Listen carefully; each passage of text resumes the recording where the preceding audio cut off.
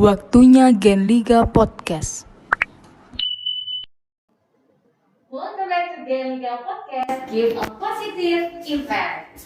Hari ini kita akan membahas tentang beberapa topik yang sangat seru dan yang sangat diidam-idamkan oleh banyak siswa kita yang ada di Gen Liga, khususnya yang ada di rumah, karena sudah lama sekali kita melakukan pembelajaran secara daring, kurang lebih 1,5 tahun ya. Dan untuk hari ini kita akan ditemani oleh dua narasumber hebat kita. Yang pertama adalah Bapak Dr. Andes Dwi Joko Muharyanto MPD dari Dinas Pendidikan Kota Surabaya. Bapak, selamat pagi. Bagaimana kabarnya Bapak? Sehat ya, semoga tetap semangat nih. Kemudian narasumber yang kedua kita akan ditemani oleh Ibu Kepala Sekolah tercinta kita, yaitu Ibu Dr. Lulus Karti Rahayu MPD. Selamat pagi Ibu. Selamat pagi, apa kabar? Baik, luar biasa ya Ibu ya. Hari ini Bapak dan Ibu, ini adalah peluncuran podcast kita yang kita beri nama Gen Liga alias Generasi SMP Negeri 53 Surabaya. Nah, ini saya ingin bertanya dulu kepada Ibu Dr. Lulus Karti Rahayu MPD. Ibu, tujuan diadakannya podcast di SMP Negeri 53 ini apa ya Bu ya, kira-kira untuk anak-anak kita? Ya, nomor satu, pengembangan wawasan pengetahuan. Karena podcast di sini posisinya sebagai sumber informasi untuk warga sekolah semuanya, baik untuk siswa, untuk guru, untuk tenaga pendidikan, dan untuk orang tua serta untuk masyarakat terdekat. Ya. Jadi untuk informasi semuanya bisa digali di podcast Gen Liga ini ya Ibu ya. Baik. Untuk harapan Ibu setelah berdirinya podcast ini, harapannya bagaimana Ibu? Pertama, informasi akan lebih cepat sampai. Kedua, jika ada informasi yang kurang benar, segera mendapat rilis, mendapat konfirmasi yang benar. Kemudian juga ini sebagai tempat pembelajaran bagaimana anak-anak memperoleh informasi dan bagaimana sebaliknya anak-anak menyampaikan informasi. Dalam hal ini semua berarti menjadi influencer, menjadi penjelas, penerjemah, menjelaskan apa-apa unit-unit sampai yang terkecil untuk bisa dijelaskan dengan benar. Baik, berarti semua siswa di SMP Negeri 53 punya kesempatan yang sama untuk bergabung, boleh Ibu? Harapan Ibu demikian, semua sama-sama pintar. Nah, baik, untuk Sobat Gen Liga yang ada di rumah ya, bisa bergabung dengan podcast SMP Negeri 53, belajar masalah tentang penyiaran gitu ya. Baik Ibu, untuk topik berikutnya Ibu, sebentar lagi kan dengar-dengarnya akan dilaksanakan pembelajaran secara tatap muka di SMP Negeri 53. Nah, sejauh ini bagaimana persiapan pembelajaran tatap muka di SMP Negeri 53 itu sendiri? Ya, persiapannya yang pertama kita mengikuti aturan yang sudah disosialisasikan dari Pusat Kementerian Pendidikan dan Kebudayaan. Nomor dua, kita mendengar dari aturan Wali Kota Surabaya. Yang ketiga, kita juga mendengar aturan dari Dinas Pendidikan Kota Surabaya. Ya. Semuanya saling terkait. Kemudian kita persiapannya membentuk tim, ya, tim Satgas COVID yang pertama. Karena PTM ini benar-benar terkait dengan COVID. Ya. Karena tidak ada COVID, kita tidak PTM, tidak daring. Ya. Karena itu kita membentuk tim Satgas COVID, kemudian kita membentuk tim panitia PTM. Nah, itu kita laksanakan sesuai aturan ya. Sampai hari ini diizinkan untuk simulasi ya. Sebelum simulasi kita diperiksa untuk asesmen kesiapan lokasi ya, kesiapan Satgas Covid untuk menjaga anak-anak maupun guru yang berada di lokasi sekolah. Ya. Kemudian kesiapan pembelajarannya, kurikulum bagaimana, anak ada aturan penata laksanaan pembelajaran ya, pada PTM ini. Kemudian berapa persen siswa yang boleh hadir ya. Untuk PTM ini Surabaya sudah masuk level 3, maka diizinkan 25% dahulu ya. Dari total keseluruhan ya, dari total keseluruhan siswa ya, hanya diizinkan 25% hadir di sekolah. Kemudian itu hanya 2 ruang kelas, di mana setiap kelas isinya maksimum hanya 18 siswa. Dan setiap siswa yang hadir sudah mendapat izin dari orang tua serta kesediaan orang tua untuk mengantar dan menjemput. Seperti itu. nanti harus diizinkan, mendapatkan izin dan diantar jemput gitu ya. Berkenaan dengan tatap muka juga Bapak, saya kembali ke Bapak dijawab. Nah, Bapak, untuk pertemuan tatap muka ini apakah diwajibkan untuk seluruh sekolah yang ada di Surabaya? Iya, untuk pelaksanaan tatap muka yang ada di sekolah sebenarnya belum diwajibkan, karena yang bisa nanti melaksanakan tatap muka adalah sekolah-sekolah yang sudah memenuhi persyaratan yang dilakukan oleh dinas, ya kan? Kemudian dari dinas nanti akan ke sekolah-sekolah yang sudah artinya itu sudah dipetakan oleh dinas. Kemudian langkah pertama itu harus ada kunjungan dulu dari Satgas. Dari Satgas Surabaya. Satgas Kota Surabaya. Apabila dari langkah pertama itu sudah memenuhi persyaratan, maka adalah langkah berikutnya, yaitu persyaratan yang harus dipenuhi oleh sekolah. Yang jelas bahwa sarana prasarana memadai, yang memenuhi syarat protokol kesehatan. Kemudian di samping itu bahwa surat keterangan mengizinkan dari orang tua itu juga harus terpenuhi. Jadi kalau memang ada orang tua yang tidak mengizinkan, ya di sekolah tidak boleh memaksakan, memaksakan untuk kegiatan tatap muka. Jadi harus ada persyaratan tertentu yang harus dipenuhi oleh sekolah. Dalam pelaksanaan nanti itu kan diawali dari simulasi. Jadi kalau simulasi itu dinyatakan sudah memenuhi persyaratan, ya nanti bisa dilaksanakan tatap muka seterusnya. Walaupun masih PTM terbatas. Jadi PTM terbatas itu sudah ditentukan dalam protokol kesehatan. Yang pertama memang bahwa itu syarat utama yang harus dipenuhi itu izin orang tua.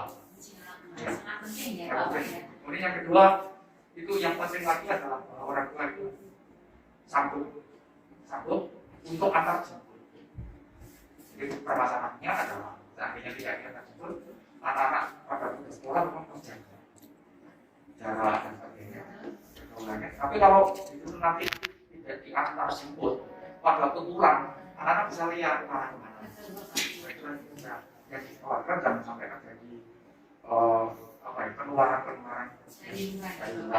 jadi itu yang maka sangat jemput. Jadi anak-anak tetap berjaga walaupun berjalan. Jadi misalkan rumahnya dekat tarik diantar dan pulangnya juga dijemput. Jadi bukan hanya khusus yang naik kendaraan, tapi juga walaupun jalan harus jalan sebenarnya seperti itu. Ya tidak. Jadi kalau rumahnya dekat tidak usah diantar kayak begitu. Nah, nanti kalau orang nyuruhin ke mana? Bisa terjadi seperti itu kan. Kemudian protokol kesehatan yang ideal itu kan jaraknya 1,5 meter. Jadi 1,5 meter itu artinya bahwa anak duduk dia mempunyai luasan geraknya itu 1,5 meter dari 1,5 meter pasti. Jadi cukup besar ya Bapak ya? Ya, jadi sebagai itu cara menghitungnya sebenarnya luas ruangan, ya, panjang kali besar kan. Nah, panjangnya harus dikurangi 3 meter sebenarnya. Untuk jarak Bapak Untuk berapa minggu dulu? Baik. Terkait dari papan tulis ke anak. Setelah dikurangi 3 meter, sisanya berapa? 3 berapa kali berapa? Dan kemudian setelah itu luasan yang sisa tadi dibagi dengan luasan anak tadi. Luasan anak kan 1,5 kali 2 kali 1,5 kali 1,5 kan? Kan sisi kali sisi. Iya. Itu 2,25. Nah, luasan yang tersisa dibagi 2 berapa siswa yang bisa? Maka ditemukan banyaknya siswa yang ada di ruang kelas ini. Jadi kalau hanya menggunakan kacamata mungkin bisa lebih dari ya. Bisa-bisa satu kelas ruangnya 15 siswa. Jadi gini contohnya ya. Ada ruang kelas 9 kali 8. Nah, 9 kali 8 kan 2. 9 dikurangi 3 tinggal 6. Iya. 6 kali 8 berapa? Sisanya dulu ya Pak. Nah, 6 kali 8 tadi dibagi 1,5. 1,5 kali 1,5. Jadi 2,25. Jadi 2,25. Jadi kenapa itu kalau gitu? Iya ya Bapak. Jadi caranya begitu. Jadi itu yang aman. Yang aman. Karena jarak antara siswa yang satu dan satu. Jadi belakang kanan kiri depan satu sama. Jadi luasan anak itu untuk membagi luasan sisa tadi. Untuk menjaga jarak amannya gitu Jarak Pak. aman ya itu yang harus yang ideal. Untuk pesan-pesan Bapak untuk warga sekolah SMP Negeri 53 selama pertemuan tatap muka ini berlangsung, kira-kira apa Bapak pesan-pesan dari panjenengan? Kalau dalam kegiatan tatap muka ini yang pertama ya tentang ketertiban. Tadi yang dimaksud dengan ketertiban adalah jadi memenuhi tata aturan yang ada. Jadi baik itu untuk guru, siswa, dan orang tua. Jadi ketertiban yang di dalam memenuhi aturan protokol kesehatan yang pertama itu. Jadi yang dimaksud tertib itu kan sesuai dengan aturan. Nah, jadi yang diperlukan adalah ketertiban di dalam keseharian. Benar-benar dijaga ketertibannya. Ya, ketertibannya. Jadi memenuhi persyaratan-persyaratan yang ditentukan. Oke Bapak. Saya kembali ke Ibu Lulus. Bu, untuk warga SMP Negeri 53 ini kan sudah divaksin. Ya. Untuk responnya bagaimana itu? Untuk vaksinasi yang sudah diberikan? Responnya sangat baik ya, warga sekolah masih untuk siswa masih tahap 1 ya. Jadi nanti menunggu lagi untuk siswa yang bulan berikutnya. Tapi untuk guru sebagian besar sudah ya. Responnya sangat baik. Untuk ini guru yang boleh mengajar datang ke sekolah ketika PTM adalah yang sudah divaksin. Tenaga pendidikan juga demikian ya. PU karyawan yang lain ya. Tapi untuk siswa tidak harus vaksin ya. Jadi demikian kata Pak Menteri, kalau siswa tidak divaksin apa boleh masuk sekolah boleh, ya, boleh. Tapi ya tentu saja dia harus sehat ya, tidak batuk pilek seperti itu. Tetap menjaga protokol kesehatan dan seperti itu. Ya. Iya. Untuk yang harus dipersiapkan nih untuk peserta didik yang ada di rumah untuk saat PTM berlangsung apa saja ya Bu kira-kira? Ya, yang pertama seperti tadi disampaikan oleh Bapak Pengawas, anak-anak sudah mempunyai izin dari orang tua bahwa dia diizinkan untuk sekolah. Kemudian juga diantar dan dijemput ya supaya tidak kemana-mana tadi. Ya. Lalu syaratnya lagi dia harus sehat ya, karena vaksin itu tidak menjadi syarat untuk anak-anak. Ya, beda dengan guru dan tenaga pendidikan. Ya. Kalau anak-anak meskipun belum divaksin boleh datang ke sekolah asal sehat. Ya. Kemudian kita hanya boleh 25%, jadi bergantian yang hadir ya. Sayangku yang di rumah bersabar. Nanti bergantian sudah dijadwal oleh ibu guru. Ya, siapa-siapa kelas mana yang boleh hadir. Nah, persyaratannya ya itu protokol kesehatan sebagaimana yang sudah kami sosialisasikan pada video persiapan pembelajaran tatap muka. Jadi datang harus pakai masker wajib ya, Kecil ya Bu ya. bersih ya, kemudian duduk dan berdiri tetap jaga jarak, menjaga diri sendiri. Kalau kursi di kelas sudah kami atur, tapi berdiri harus jaga jarak. Tadi disampaikan oleh Bapak Pengawas 1,5 meter. Lalu di sekolah tidak boleh membawa makanan ya. Sekolah hanya mengizini minum dan tidak buka masker, pakai sedotan saja minumnya, ya, supaya tidak terkontaminasi oleh udara luar. Ya, Jadi sudah tidak boleh gak usah ganti dia minta-minta seperti dulu lagi sudah nggak ada ya Bu ya ceritanya. sangat membahayakan. Iya. Ya. Kemudian Ibu untuk pencegahan penularan COVID saat tatap muka nanti selain menjaga jarak itu nanti mungkin ada usaha dari sekolah mungkin. Jadi begini, yang datang ke sekolah, baik guru, tenaga pendidik maupun siswa, semuanya harus sehat. Ya. Guru dan tenaga pendidikan memang harus sudah divaksin. Kalau siswa tidak harus, tapi harus sehat. Dan usaha sekolah memfasilitasi semua untuk protokol kesehatan. Jadi misalnya tempat cuci tangan, kemudian hand sanitizer, lalu ruang-ruang itu disemprot pagi dan sebelum dan sesudah pembelajaran ya, sehingga steril. Nah, seperti itu. Lalu kita beri tulisan jaga jarak. Kemudian juga ruang-ruang di sekolah kami upayakan mendistribusikan guru tidak di satu ruang karena kita ruangnya banyak dan gurunya banyak. Ya satu ruang 20 dan seperti itu. Jadi tidak berkumpul. Di aula pun itu dengan kapasitas 40 orang jaga jarak 2 meter di aula. Jadi itu cukup longgar. Ya, tetap disemprot sebelum dan sesudah acara. Bu, masalah pembelajaran ketika di dalam kelas ini masih menggunakan paper atau menggunakan handphone gitu. Ini bisa campuran ya, karena guru mengajarnya dengan hybrid sistem metode pembelajaran hybrid learning. Jadi bisa dengan siswa di kelas di hadapannya dan siswa yang di rumah langsung ya. Jadi live ya, live streaming. Jadi sama-sama mendapatkan pembelajaran ya Bu ya, dengan waktu yang sama. Waktunya hanya 2 jam ya di sekolah, tidak boleh lebih. Dengan 4 ya, 2 mata pelajaran setiap jam 30 menit. Jadi tidak seperti dulu ya Bu, kalau sampai jam 3 sore, sekarang hanya 2 jam saja ya di sekolah, tidak terlalu lama. Jadi masih simulasi ya, tahap belajar masuk ya, belajar ini masih belajar. Jadi hanya 2 jam saja. Dan ada jeda sedikit itu untuk ice breaking. Mungkin lelah, mungkin apa ya, goyang-goyang sedikit ya. Ya, seperti itu.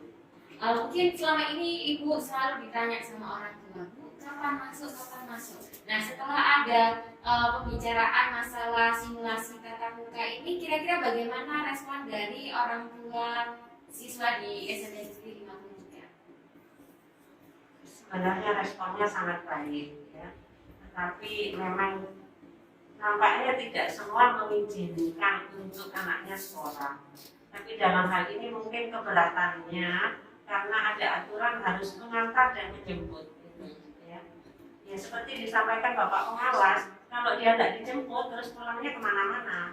Sementara orang tua ini di Surabaya para pekerja, ya, semua banyak orang muda aktif ya, yang dalam usia kerja. Ya, jadi bukan yang usia sudah lewat kerja, misalnya pensiunan atau ternyata tidak ya, sehingga waktunya untuk menjemput, nah ini mungkin agak keberatan. Suami istri bekerja seperti itu.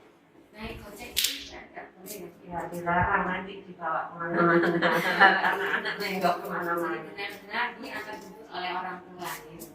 Yang terakhir Ibu, bagaimana alur kedatangan siswa kemudian langsung masuk ke kelas ketika pembelajaran tatap muka muka itu.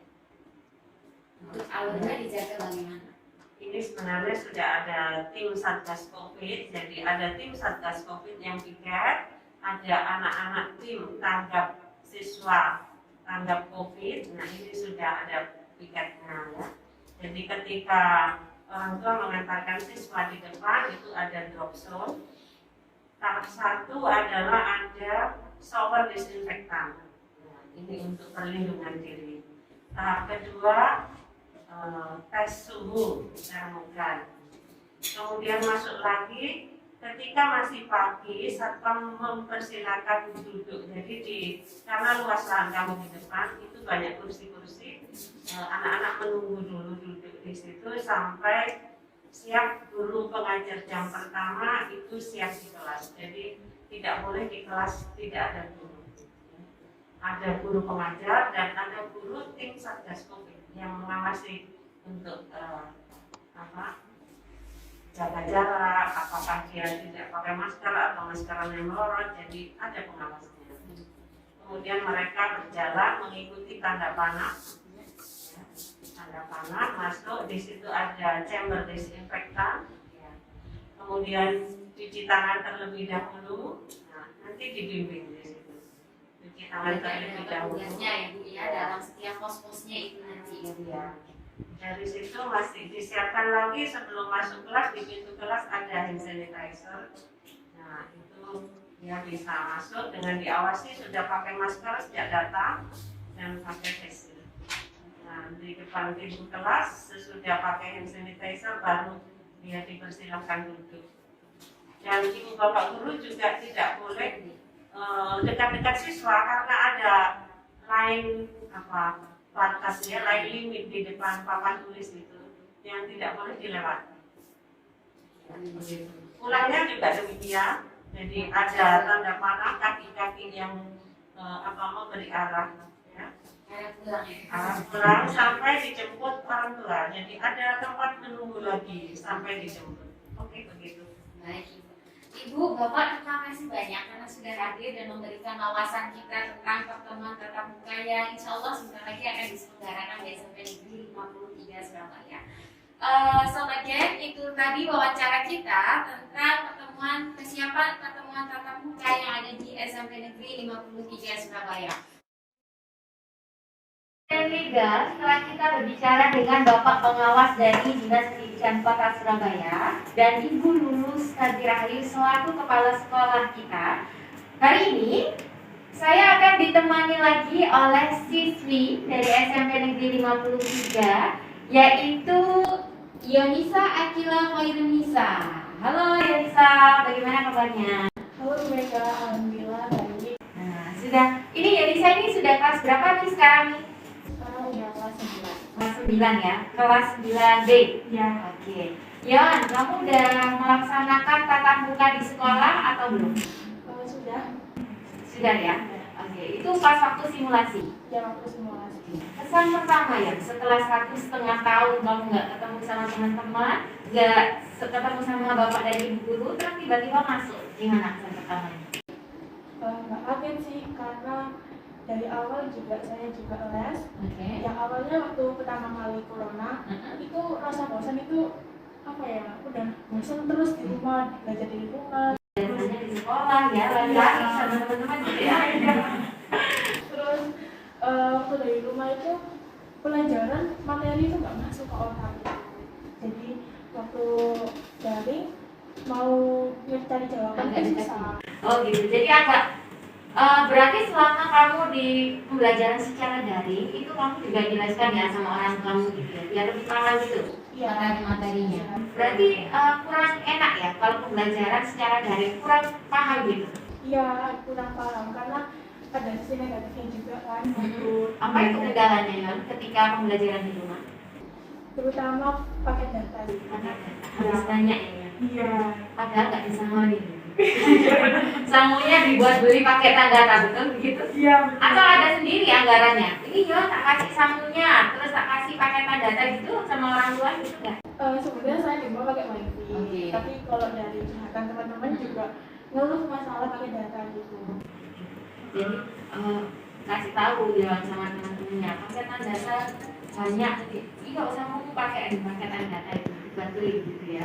Oke, Renisa lebih senang mana, secara daring atau tatap muka? Kalau dari saya sendiri itu lebih suka tatap muka karena bisa ketemu sama teman-teman, bisa ketemu langsung sama gurunya, interaksi langsung. Jadi apa ya, materi itu lebih paham ketika kita mempelajari sesuatu. Gitu ya. Bisa ini jajan bareng, tapi sekarang nanti kalau udah masuk nggak bisa jajan bareng ya. Terus nggak boleh dimakan di sekolahan ya, Iya, jadi setelah pasti masuk juga. langsung pulang ya, betul sekali. Oke, terus ketika kamu masuk kemarin percobaan simulasi, tanggapan orang tuamu bagaimana? Tentang kamu, oh bu, ma besok aku masuk nih sekolahnya percobaan simulasi, tanggapannya gimana sih mamamu sama papamu? Kedua orang tua saya sangat setuju sih kalau ada pembelajaran tatap muka karena orang tua saya pun juga tahu gimana kerja keras anaknya buat belajar karena materinya itu nggak ada yang paham gitu. Gitu ya, secara daring padahal sudah diajarkan ya sama bapak ibu. Iya, tapi kan fokusnya itu nggak di pembelajaran itu, gitu. Kita fokus ke yang lain-lain. Oh begitu ya, jadi responnya sangat baik ya, kalau bisa setiap hari masuk. Ya. Oke. Baik Sobat Gen, itu tadi wawancara saya dengan Kak Yanisa Akila Khairunisa dari kelas 9B ya. Terima kasih Kak Yanisa Akila, terima kasih banyak. Semoga sukses di pembelajaran selanjutnya, semoga bisa diterima dengan mudah. Terima kasih banyak buat kalian yang sudah menyaksikan podcast hari ini. Jangan lupa subscribe, like, comment, and share video ini. Gen Liga Podcast, give positive impact.